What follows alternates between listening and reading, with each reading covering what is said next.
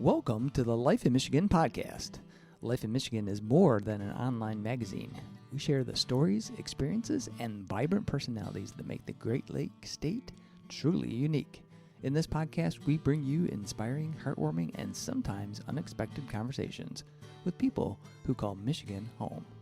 From the rugged beauty of the Upper Peninsula to the bustling creativity of Kalamazoo, we'll cover the stories and define what it means to live, work, and play in Michigan.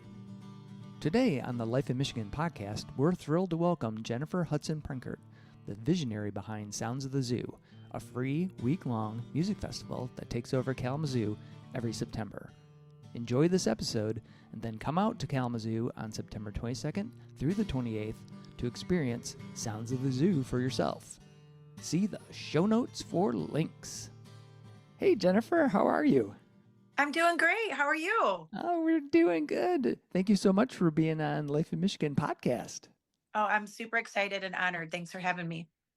So I believe that we met, I think you came to Gig, and that's how we got to know a little bit about you, but people that are listening probably have no idea who is Jennifer from Kalamazoo. And so maybe give us a little bit of your background and how you started your week-long music show in Kalamazoo called Sounds of the Zoo.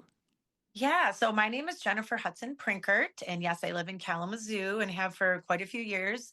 I'm rooted in my history as in arts and performing. I was a professional dancer, worked in theater, you name it. I'm a hairstylist as well, and did lots of restaurants and events. And then I found myself I have such a passion for music, and it's a very organic, story of leading me to develop a music festival, but it's not only a music fest.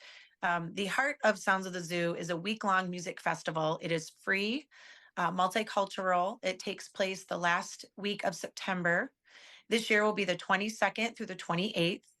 I'm at a 7-day festival, 8 locations, over 50 bands, and this is free for the community.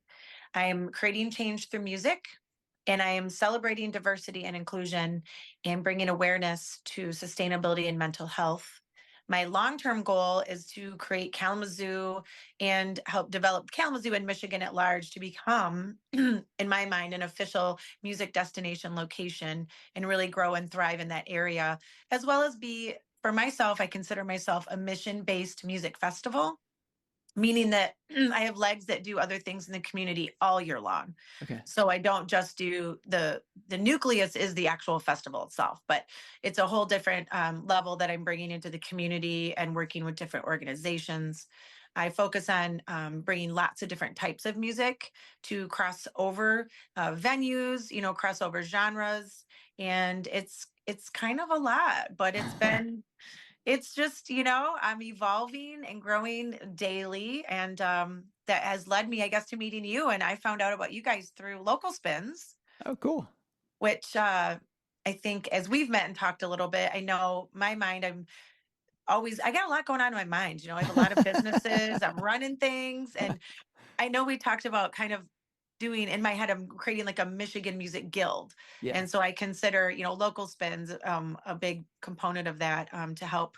We've got Sonic Coast and Opener and Michigan Music Alliance and the Mitten podcast, like lots of really awesome people and organizations coming up. And I think we're really starting to connect. And that's one of the reasons I'm really excited to talk to you today, is just showcasing that collaborative spirit. Yeah, that's awesome. That was a lot. Whenever I talk to you, I'm like, wow, when does she sleep? My goodness. I don't know. You don't know. It was a magical moment, I have to admit. When I met you at Gig, I was like, oh my God, she's my sister. Like, Totally. I feel it. So I remember that moment, and I'm having a lot of these, like, I've been writing about my journey here and my journey to creating different things, and like finding that aha moment when you go, oh, that's when that started. Did you have a moment when you were like, okay, that is when the Sounds of the Zoo started? Like that was like the moment, like I'd like to say yes, but I think there's been moments, but I think overall it's such a like non-linear journey that I don't know there's really ever been an aha, but I think there was an aha when I decided through somebody, it was kind of just a weird story, but deciding to do it not just in one location, but do it in the park that we have in Kalamazoo called Bronson Park, which is right downtown. And then that kind of flipped my switch on. That was an aha moment of, oh, this could be way different than just a one and done 1 day music festival, which, don't get me wrong, is very important to have those types of festivals and experiences. But it just started morphing. And granted, this is right out of COVID too. So Mm-hmm. I was also thinking about what could we do to get people out more, also in Kalamazoo during my time in college at Western Michigan University. The music scene was thriving in a very unique way. And we had music every single day of the week. I mean, hands down. Yeah. And so I was paying homage. There was a club called Club Soda. That was one of the big music venues in Kalamazoo.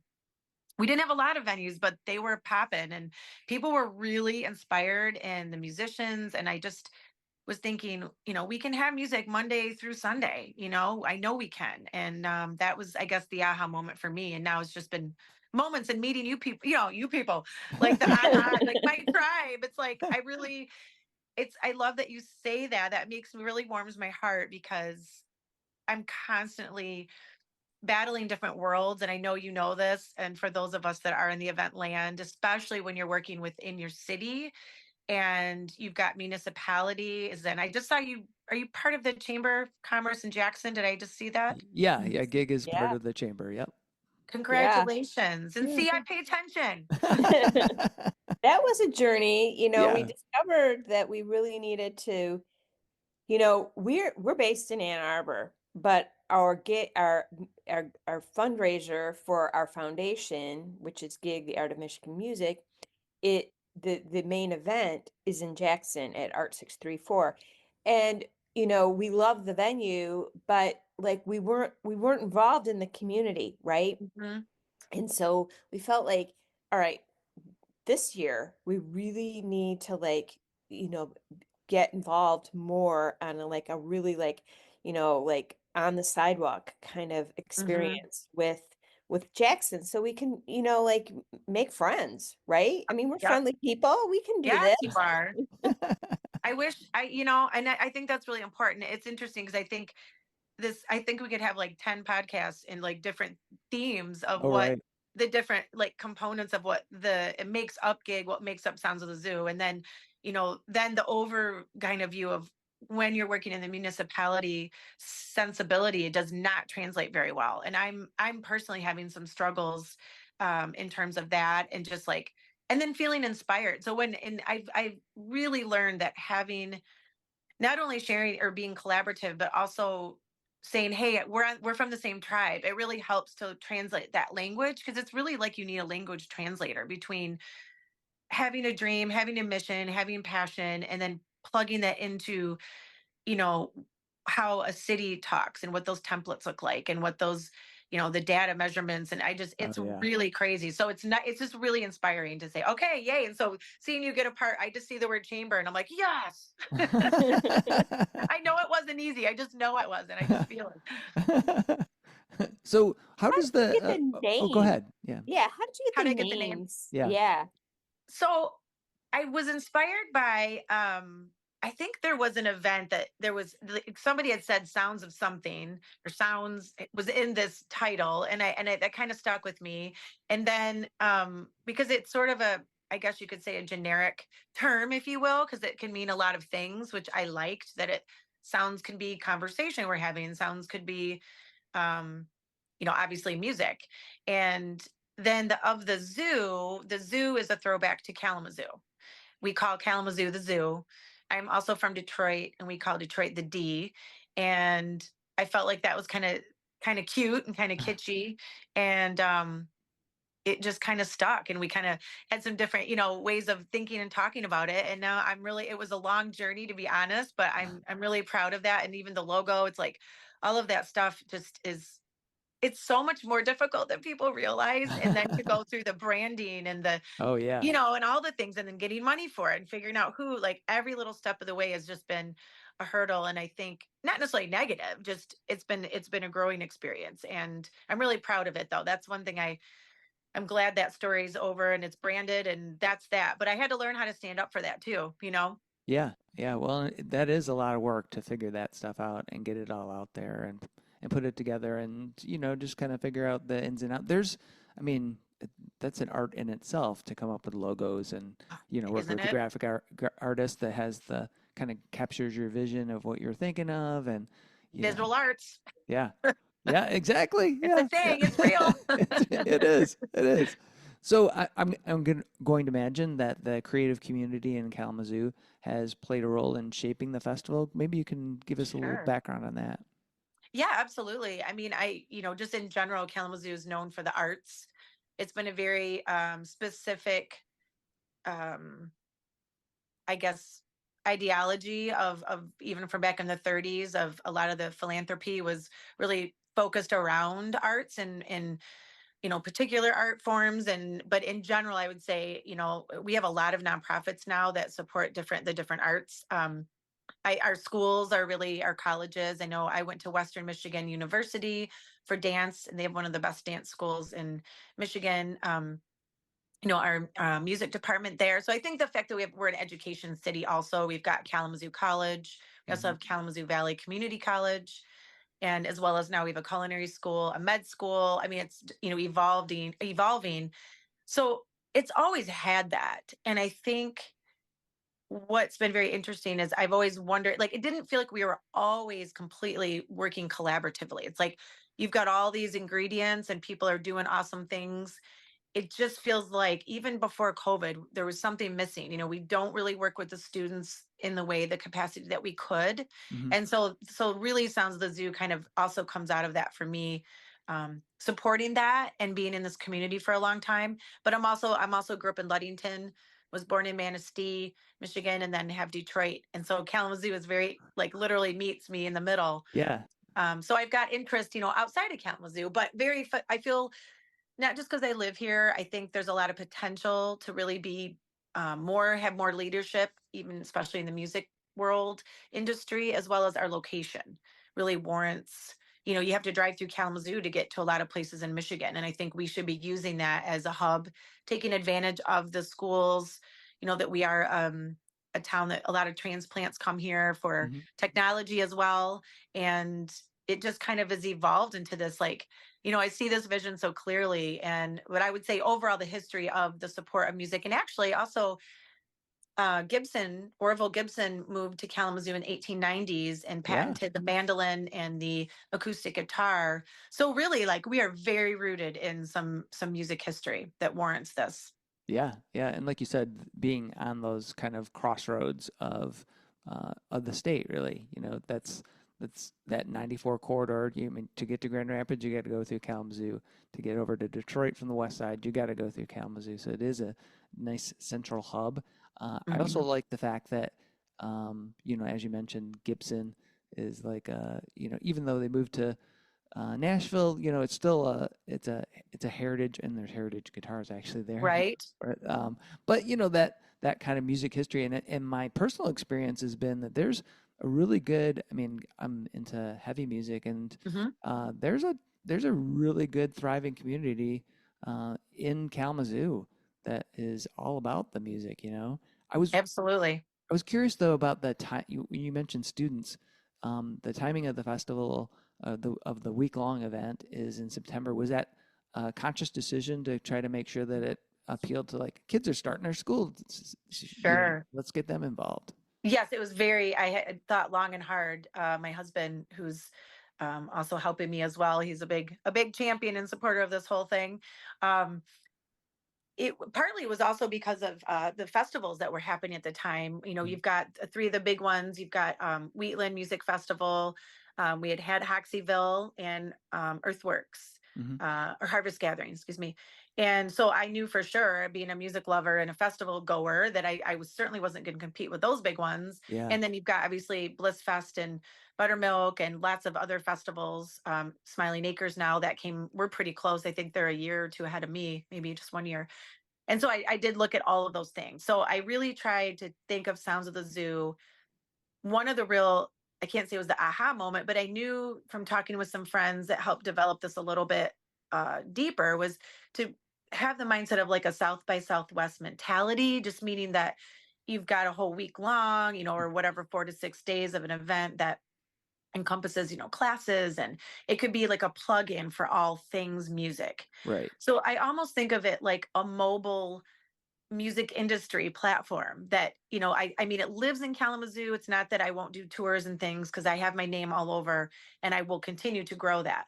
But at least in the music industry kind of component, we have a place that we can plug into that no one can take away because it's at a brick and mortar or it's at a venue or, Yeah. and in the way I go about the free side of this, which a lot of people think I'm nuts, but I have a lot of reasons and thoughts and feelings and passions behind that. And I think it's really led me to diversify how I go about raising those funds. And with the state of funding and all the things that are going on, and everybody's, it's been tough since COVID. Hmm. I think diversifying was the smartest thing I did. And it's sort of, kind of a happy accident that I'm seeing that, oh, wow, this is creating this autonomy that basically people can't take away from me unless I let them. Yeah. So Right. for the music industry, because we are evolving, what I think we as the music ambassadors are shooting for in the state, we don't know exactly what it looks like. And we all know it's expensive to have venues and do things. So I think just sort of creating a little bit of that fluidity is a way to have some staying power. Cool. That's awesome. So you've talked about the music and there is a why. I mean, I looked at last year's lineup and there's a wide array of genres. Mhm. You've got all kinds of artists, you've got all kinds of things. How do you go about selecting the artists? Do you have Mhm. people apply? Like, when does that process start? Yes, I would. So it's a very curated process, partly because there are specific genres, and I've kind of sort of evolved into a template. So it's not that I won't take submissions or from bands. It's just that there really are limited places. Hmm. So and honestly, because I do a lot of different styles of music, there's not a lot of music in every category to choose from. You know what I mean? Sadly, I'm hoping that this will be an inspiration to grow the different types of music that maybe are even like the harder side. I mean, I don't have anything quite supporting that 100%. I'm trying to slowly get to some of the venues that do support that type of music to, and I've got some like, some rock and roll a little bit harder this year trying to, so it's a balance. So Yeah. it's Yeah. kind of, it is curated, so it's a unique process, and sometimes it comes down to availability, budget. Yeah. And so all of those things are just kind of like, you kind of do that hustle when you're trying to create a tour, for example, right? And it's Hmm. like so not linear. And I think that's sort of, but I've created, there is sort of there's a time frame, and I finding a template of where I think things fit, because the other side of this is I do for, I guess how I'm looking at it, I try to make it be successful for bands where I think they're going to fit, right? Like a certain time. Yeah. My goal is that everybody plugged into Sounds of the Zoo. I don't care if it's something I've booked through the city that maybe I hired a band to perform, that they feel a part of the family. And I'm trying to kind of level that field of, I mean, to me, when I think of headlining or a time slot, it really comes down to energy. Yeah. Like, what's the energy of the band? If you've got a solo artist that's, a little more chill, a little more folky, that doesn't mean they're any less talented than a four-piece high energy band. It's just different, right? So it feels, so that's a real component to how I curate. Yeah, that would be a lot to think about because, like you mentioned, each venue probably has its own different vibe, Yeah. different people that go there that may enjoy certain types of music, and then it's trying to plug and play almost, like figuring out, like, okay, this band will probably work over here, but I also want to make sure that I'm not putting them on at like, I don't know, 2 in the afternoon, and they're kind of a higher energy band that Right. is like Right. late night, right? So, Yeah, yeah. And I also want to make sure that I do try to share, like I try to take turns with bands. mhm, Like I mean, there are going to be some repeats here and there. Usually there's a need and a reason for it. And yeah, it's like I mean, I'm proud of the lineup of everything I've created for the last 4 years. And I would have any of those bands back time and time again, hands down. But I'm also trying to create some level of bringing in new bands. So the idea is that if you're at a festival, you maybe will see something new that maybe you can't book, just because when you really are doing the ticket sales and you're putting a price tag on it, it does change the energy a little bit, and there's Yeah. expectations, and I get it, because you have to put, for lack of a better term, butts in seats.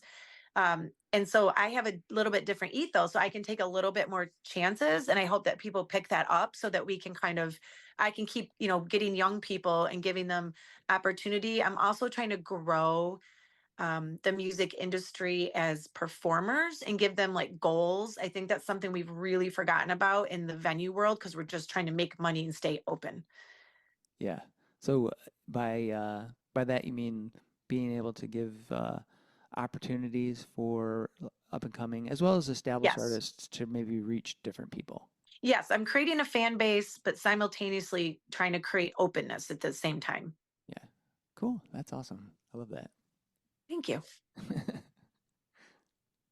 So It's are there always exciting. Sorry, go ahead. no, go ahead. Well, are there any standout performance or moments from the past years that you're like, whoa, that was like, the hair on my arms is dancing kind of thing. Like it was just an amazing, like, is there a particular standout performance that you can It's about? so hard to say. I mean, because they all have them. Like every time I go to a venue, there's like something really special that stands out. I think what makes the hair stand up on my head is, or my arms is the when I see the cross like promotion of that, where I see people coming to venues that maybe wouldn't, or think, oh, there's only a certain type of music here. I've never been here before. I've never heard that kind of music.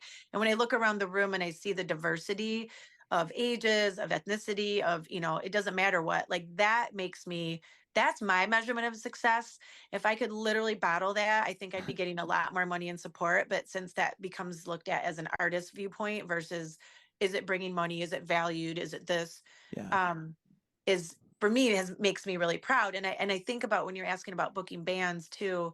Um, one of the things I also do is I kind of have created go-to people like for different all the genres. Mhm. So like because I'm in the arts, I'm a performer myself. I did a lot of casting. I've done casting in plays. Like I feel pretty like I have a good eye on that. I think that's something I'm good at. Yeah. But I never take that for granted. And I always like, if let's say I come up with some bands for jazz, for example, I'll go to maybe a jazz person in town I really trust and say, all right, here's what I'm thinking. What do you think about this? Like, is there someone else that can represent, jazz in a bigger way that I'm missing? Or is there an up and coming person? So I try to go to all the genres and break that down. And it's something I try to explain to the community when they challenge me of why you, why is this your bands? What, isn't it just people you like? And like, yes, but I'm also backing that up with going to the sources so that I get the green light. Because one of the things I'm challenged by is going into the community, to the different communities, the different styles of music, and trying to make friends with everyone and show that, I'm taking them in consideration. I'm not just putting my stamp on it. Yeah.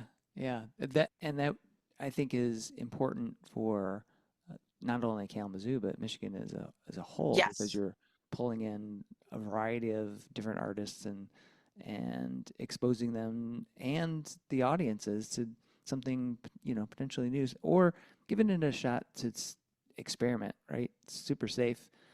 It's safe from a consumer standpoint because they're not shelling out any money. They could go check out whatever they want to do, and it's safe for the bands really too, because then they've got like options.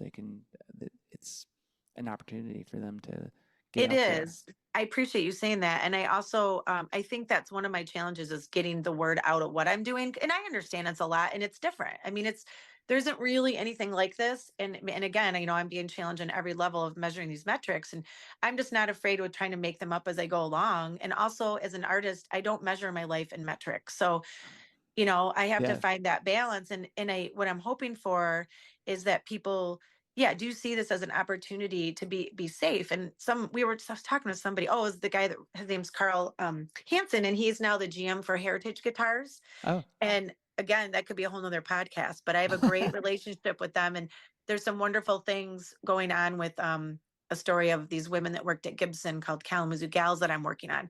And Carl and I were discussing just the, opportunities of bands and trying to get people out there and showcasing the different talents and the different levels of what that could be like. But so like when you come to Michigan, it's like you feel like it's a reunion.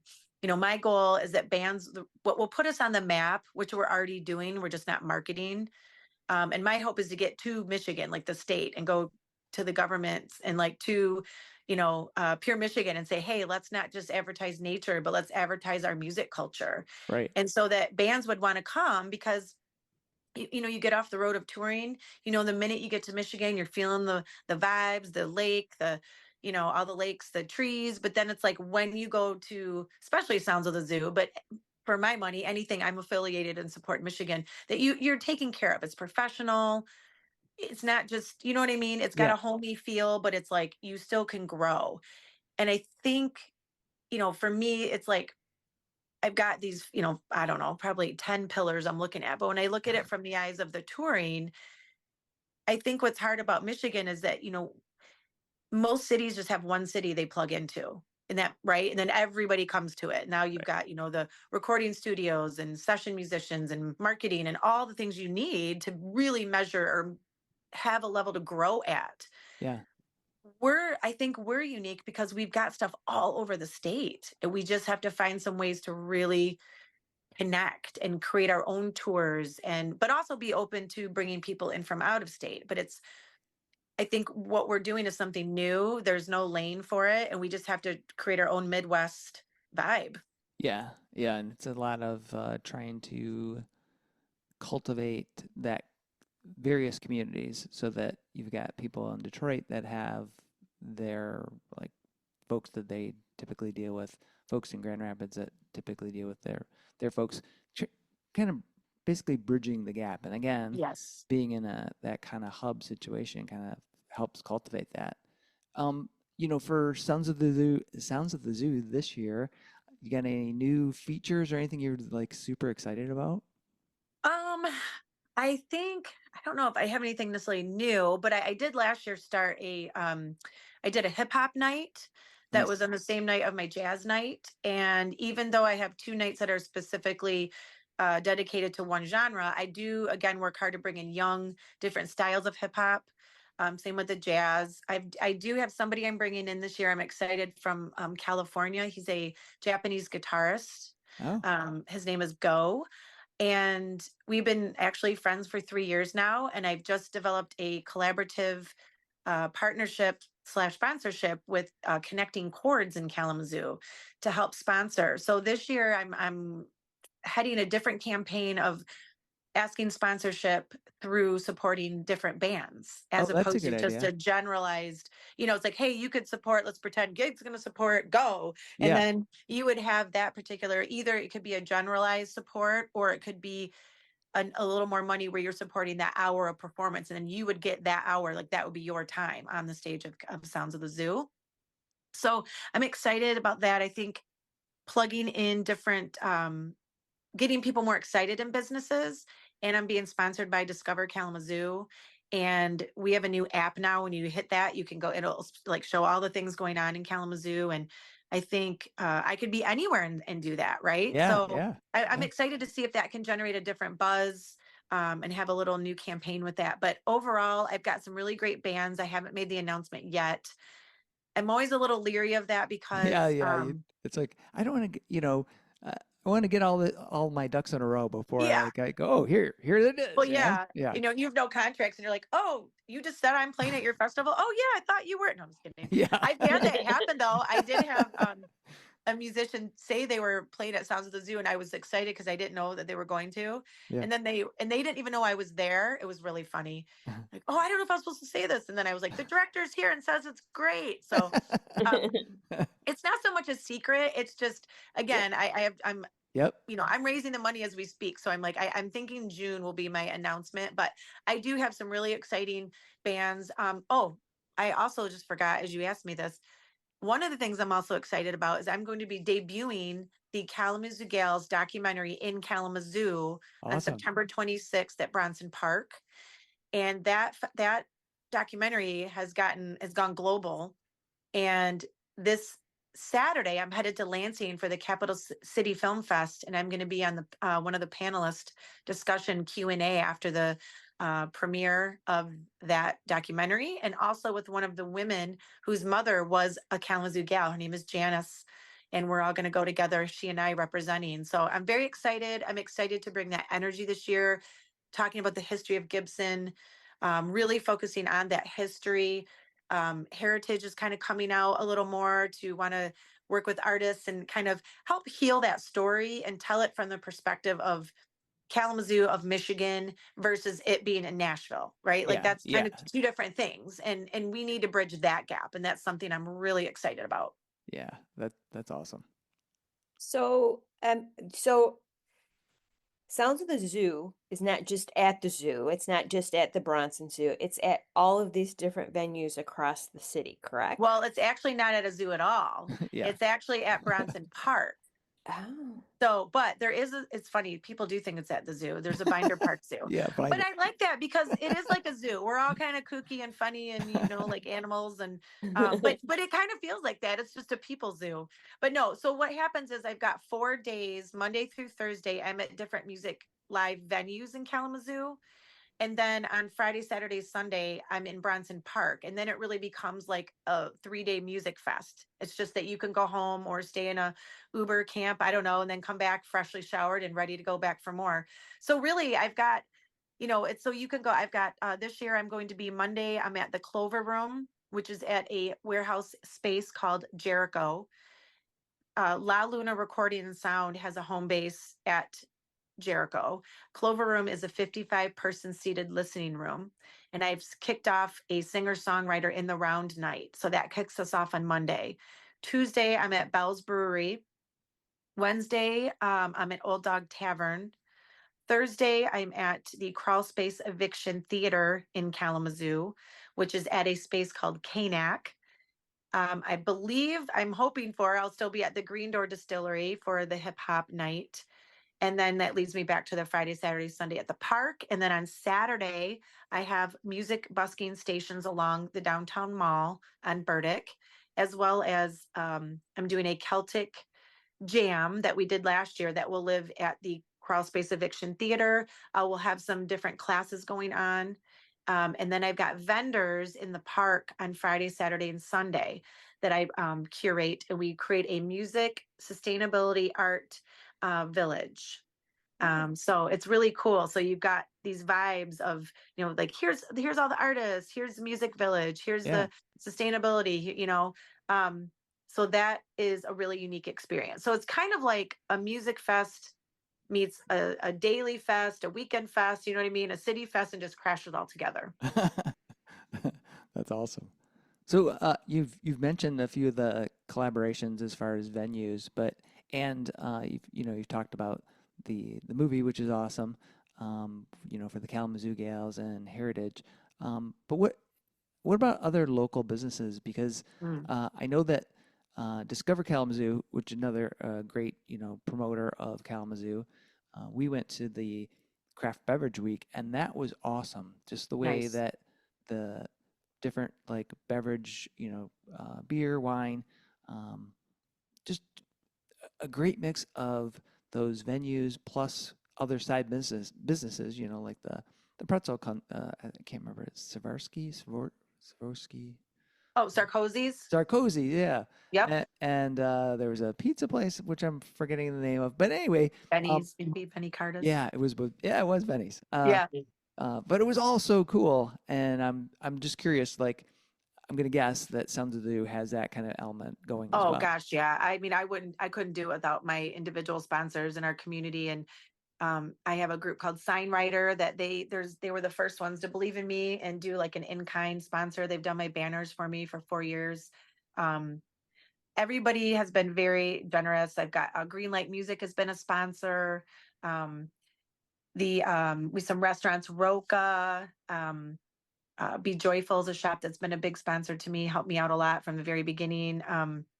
Even with the DD, I sit on event committee. I had a sponsor from them. Actually, I have like Tito's vodka. So I've got some bigger sponsors this year or last year. I've got Mint Cannabis. I mean, if you look at my sponsors, even just my website, there's a lot, and That's there awesome. will be a lot and will continue to be more. My way I look at it is, you know, every dollar counts, and I just go after one person at a time. A lot of in-kind sponsorship that's been huge. That has just been, now Kalamazoo's been big for that. Public media network, Bells. We've done a lot of collabs. We just did a local music concert series as partners.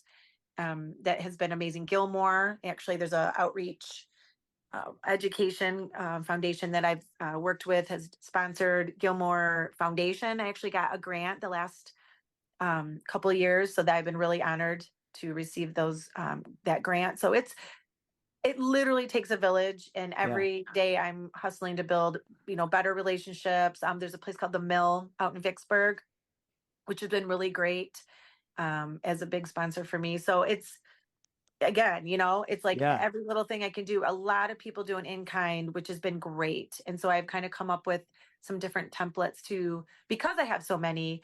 I've learned that sponsorships, in my opinion, are changing a little bit, that landscape, and Yeah. people really are looking to develop relationships with their sponsors. I mean, I know at the end of the day we need money, but I find it works really well when you can have that relationship where they get more than just their name out there. Mm-hmm. That's my goal, and I offer vending for a lot of those sponsors. I know, like, Honor Credit Union was great, has been helping me out a little bit, and just trying to say, hey, if you guys want to come down, and I'm trying to get people to come out and Yeah. show Yeah. their faces. Like a Cafe Casa is another local business, has been great. Salon Noir, where I work, is a sponsor. So for me, it doesn't matter, right? And I try to educate people that I don't have a lot of money to give either, and I wish I did for everybody, but the in-kind, using logos, I always say Sounds of the Zoo is a brand that's created to be used for the greater good, Yeah. for the community.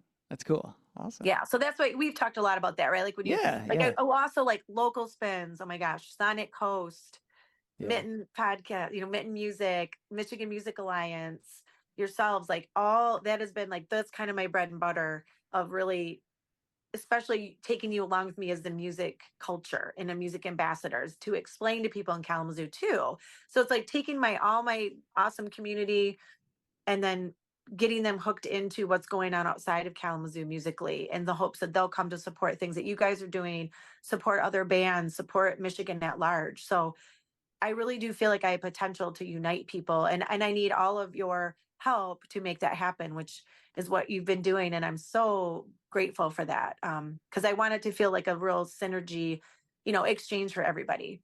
Yeah. It's Yeah. important to me. Yeah. I definitely, that's definitely something that me and Brenda have been, since even before the gig journey, but it's always been that keeps coming back again and again, is that community building, and just like fellowship with folks, virtually and in the real world, right? Mm-hmm. Because that's a thing I'm finding more and more, is if you can get together with folks and just spend some time either enjoying music, doing something creative or not creative, just sitting around. Well, it can be creative because beer is Right. creative, but having a beverage of your choice, whatever you like, and just hanging out. That's good too. Well, that's another good point. So, I mean, one, you said something that reminded me that I just want to Mm-hmm. celebrate all the things and have a good time, right? Seriously. I'm a fan. I love, music. I love beverages. And one of the things with the free festival is that I'm not messing with the ticket deal, right? So I don't Yeah. sell tickets. I don't have a beer tent, so I don't have to mess with that. But what we do have is we have a Central City Common District drinking kind of regulations that a lot of the most people that have alcohol are participants in. Mm-hmm. And then you can walk around the city with a cocktail responsibly. And that way I feel like everybody's getting a little something. It's not just one, Yeah. right? I mean, and that's the thing. It's not like I don't personally want a title sponsor, but I know that I'm, saying it's a free festival, but I'm asking for money, but it's kind of like a different way of going about that. Really suggestive donations. Yeah. And when you do the math, if I was to just charge $20 per ticket, I mean, I'm giving one person basically $1,500 worth of music. Yeah. That could be as little as $5 Yeah. that you would donate. I mean, that's pretty cool when you look at it that way. And we have a lot of wonderful, like, philanthropy in our community. But we kind of have some old ways about how we've done things in Kalamazoo, that we're all trying to kind of shift gears on and get some new thinking and new ways to say, hey, I think giving a free festival is really important to help curate the importance of this, like the mental health of it, what it brings to the community. It's just, I'm struggling finding those metrics Yeah. to convince people that, but I'm working it. I'm working the system. I figure it out. Yeah. Well, I mean, it's funny. It's like I'm kind of there was a program on 60 Minutes talking about the basically arts and health and your benefits for not only your mental health but physical health. And so I've been kind of jumping down the rabbit hole as far as learning about that, just so that I can speak intelligently about it. Because it's not only just that, you can say art is important and it's important to me because, oh, Chuck, you're a photographer, so that's why it's important to you, or you play guitar, so that's why. But whether you're participating or just, as a viewer or experiencing, it doesn't have to be music, it can be whatever, it can be Sure. crafts, but all those different types of art, have physical benefits as well as mental health benefits. It's a public health actual service, so you could actually market Sounds of the Zoo as a public health service. Thank you. I was just, my head was going ding, ding, ding. Write that down. Write that down. So that the local health system should be also backing it to say, like, look, this is actually an easy way to promote the mental and physical well-being of the entire city. And if people come in from the state, the entire state can be rejuvenated by experiencing all that they can be had at Sounds of the Zoo. Do you want to write that down and email that to me? I feel like you just like, oh my gosh. I'm like, hi. Yep, exactly what you said. Well, I do need some interviews, so maybe you're going to be one of my people. I said my my evaluation programmer to call you, because that's great. I'm looking for that kind of. That's wonderful. But it's cool to get that perspective, because I think we all can help each other with that. I think we're all kind of like needing that. You know what I mean? Like that's why, like for me, having discovered Kalamazoo kind of backed me on this. Trying to figure out ways to get the businesses involved. And what I found out, and I think this happens in a lot of communities, is it's not. You assume things, right, are being run a certain way, and really everyone's, at least in Kalamazoo, a lot of people are running things kind of in their own little silo trying to survive, and people don't realize there's not as much money crossing over to things as you think there is. So we're definitely in a really cool, challenging but cool transition in our community to make that better and easier. And so for me, like, working with Discover is great because I just feel like their language translates, and they're trying to bring people out, of the state to come into Kalamazoo, but then like support other things. So I know they're really a big component of helping me when I get myself to the state, which I'm working on, to have some good things to talk about, because it really needs to be talked about. I mean, that's one of my big things I talk about, is using your platform, not abusing it. Right. And so whatever that may be, if we all have a little something to say for the greater good, we need to talk about it a little bit more without being, and drown people out and like take away from going to see a show. But just, I don't know, musicians saying where they're from. Like we're excited. We're from Grand Rapids and we really appreciate this tour. And then we can't wait to have so-and-so back with us. Just kind of those, I feel like it's creating new experiences for people more than just getting up on stage and performing. We need the culture, the music culture. We really need to foster, and putting that into language that some of the people, the powers that be, can really understand that it's not just coming from an artist viewpoint is important. Yeah. I'm going to switch gears a little bit. All right, do it. All right. And I'm going to switch gears, and I want to talk about Jennifer. I want to know, like, what was your first album you ever bought? I'm assuming you buy albums. Oh yeah. I think if I look back, I believe it might have been the Flintstones. And definitely I remember doing like Donnie and Marie Osmond and Free. And then remember that Free to Be You and Me? That was one I know that was. Yeah. We had 45, like one of those old, where you could stack all the 45s on like a little record player. Oh yeah. Yeah. And the Osmonds was definitely in there. That and the Jackson 5. Oh yeah. I don't know if you remember that song "Crazy Horses" by the Osmond Brothers. I don't know if I. It was almost like a kind of a rocking. I'm gonna have to try to search for that, but Yeah, yeah. now I'm interested. Well, we're so maybe along those same lines. What was one of the first shows or a concert that you went to that was really memorable? I think if I'm thinking of a big concert, I think the first one I went to like officially was Whitney Houston at Pine Knob. Wow, Oh, that was awesome. Yeah, that was a good one. Yeah. yeah. And I'm gonna assume that was that like at the time she was super popular because she'd been on what was that movie with Kevin Costner? No, this was The like when she Bodyguard. first came out, really, because Oh, she had okay. her, I mean, I Want to Dance with Somebody, Yeah. that she had her first hit. It was during that album Okay. release that she was just hitting it. I mean, she was popular, but yeah, The Yeah. Bodyguard, that was after she Yeah. had already had her. I mean, that was like her kind of second tier of success, really. Yeah. Awesome. Awesome. Wow. But I like all kinds of music. I've been raised on music. My dad's a musician, guitar player, and sings. My grandfather was a violinist. He majored in violin at Wayne State University and made violins. Really? And Wow. yeah, and he was a singer. And during his retirement, my grandparents moved up to Manistee and built a house on Lake Michigan, and both were active in the Ramsdale Theater. And my grandfather was a actor, director, singer, and my grandmother did a lot of art and programs and set design. So I went to a lot of cast parties when I was like 5, hanging out, running around all the actors. So I mean, it really is in my blood. My mom got into the arts as well, theater. Um, my uncle was in radio. He was an actor. I mean, everybody, my grandma's like a painter. So it's like, it was inevitable. I mean, this really is a culmination of my whole life. All my passions, all my um, things I believe in, things I want to stand up for.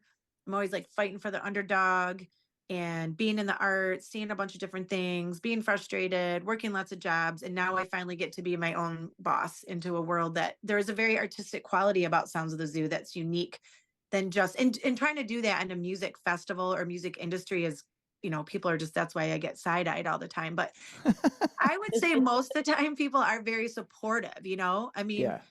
they might not always get it, but I don't feel like anyone's really been like, that's a terrible idea. Why are you doing that? Yeah. It's just more like, what are you doing?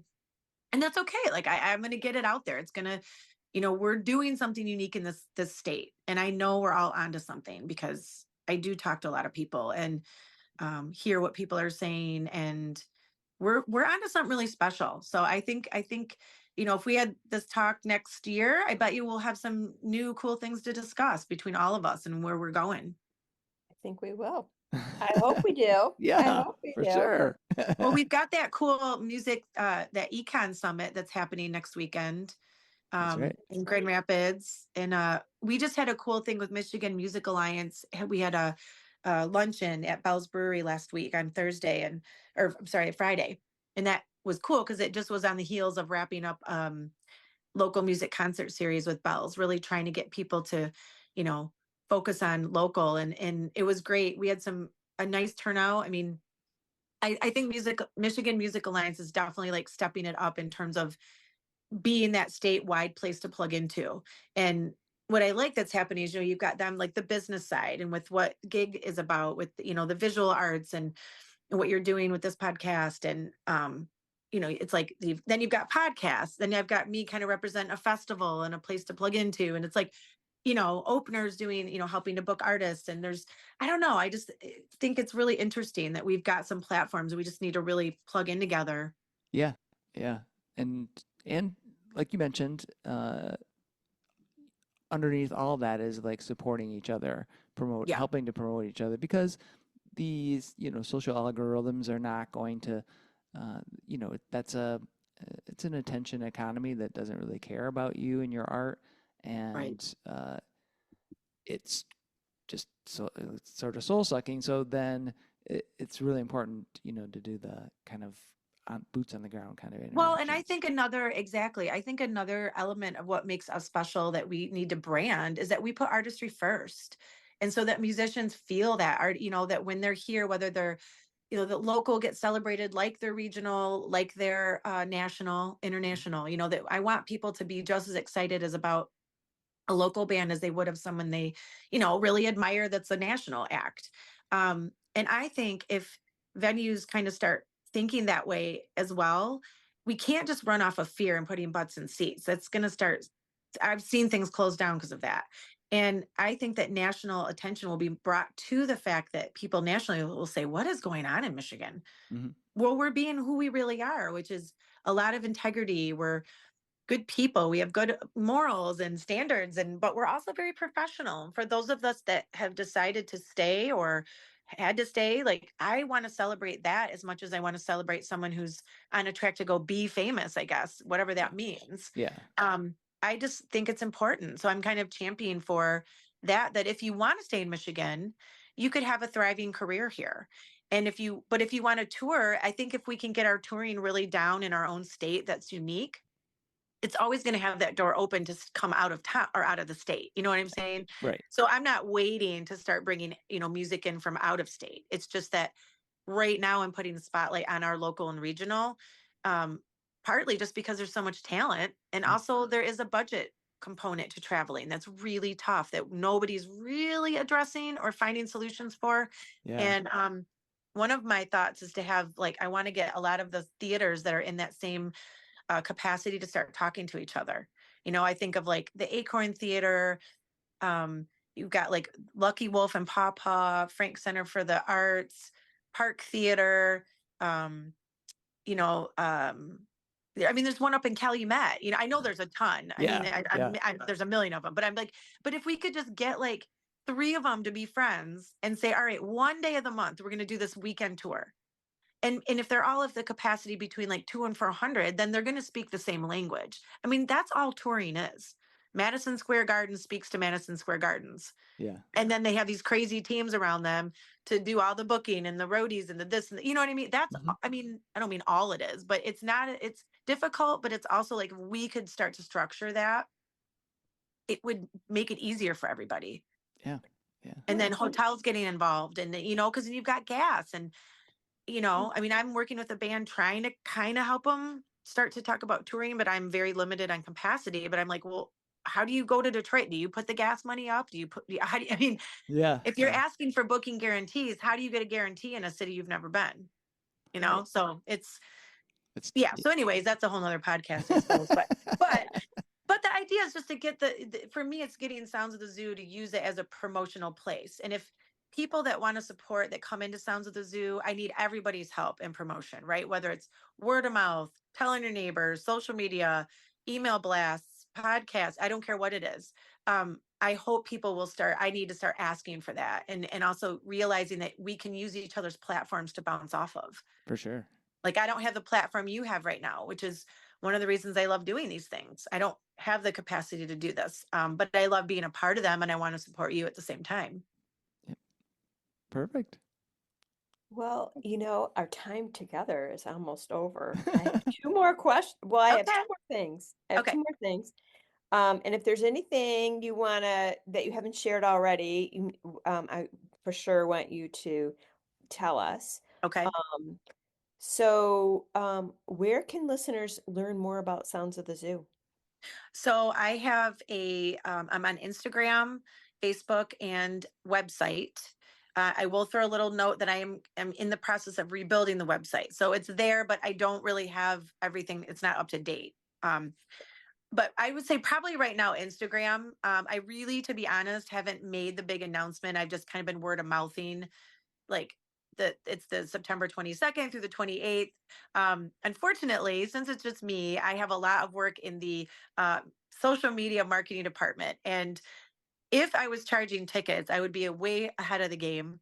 But I give myself a little cushion, to try to, so basically local spins would be a great place once I get it officially out there. Okay. Yeah. All right. Well, we'll be sure to share the info on our show notes. So yeah, thank you. Sure. So helpful. And for sure on our Instagram, if we see something pop up, we'll be for sure to share it. So last question, what's your perfect Michigan day?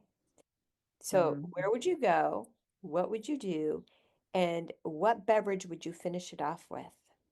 I would go to Lake Michigan. For sure. Go hang out on the lake. I've got a lot of favorite places. I suppose right at the top of my head, I love going up to the my parents camp up at the Platte River campground, so Sleeping Bear Dunes area Uh-huh. is definitely like a happy place for me. And there's a cool little hike. It's like a mile that goes right to the beach, and no one's there usually. And get a little backpack, get some food. My husband and I, and usually we bring some. If it's summer, we're probably going to do some kind of like, you know, what am I trying to say? Like I don't want to, not like a claw, but like, or usually for me, it's like wine or a spritzer or something because it's going Mhm. to be hot and early drinking, Yeah. or a really light beer and go and just relax. And you can look at the Sleeping Bear Dunes and it's like private and it's just like a piece of heaven. So that would be my perfect day. And Awesome. always have some kind of music usually with us too. Excellent. Well, Perfect. Jennifer, thank you again so much for being on Life in Michigan. Thank you. And I also wanted to say too, lastly, that people definitely need to tune into Sonic Coast, which is Oh, the yeah. free Michigan listening app, because I really do think that's another key component in local spins to really dial everybody in. Because for Yeah. those of you that are out there, new festivals, new groups, new organizations, new bands, it is overwhelming to get your word out, But if at least you can plug into things like that, I think that will lead you down to good places, or even with gig and trying to find a few of those home bases to touch into. And I just want to thank you again for having me. And I always appreciate the support and the questions. It always gets me thinking and gets me inspired. Well, you're inspiring for us as well. So thank So you I say, again. let's go Michigan music. Awesome. All right. We'll see ya. Thank you. Many thanks to Jennifer for being part of the Life in Michigan podcast. We're looking forward to seeing everybody out in Kalamazoo on September 22nd through the 28th for Sounds of the Zoo. See the show notes for links. Thank you so much for listening. Be sure to hit subscribe on your favorite podcast service to catch every episode of Life in Michigan. Help us spread the word by rating the show, sharing it with your friends, your neighbors, your family, your mail carrier. Share it with everybody, and leave a comment. We'd love to hear your thoughts. Stay connected by following us on our website and social media. This is a Life in Michigan production. Until next time, take care and have a fantabulous day in Michigan.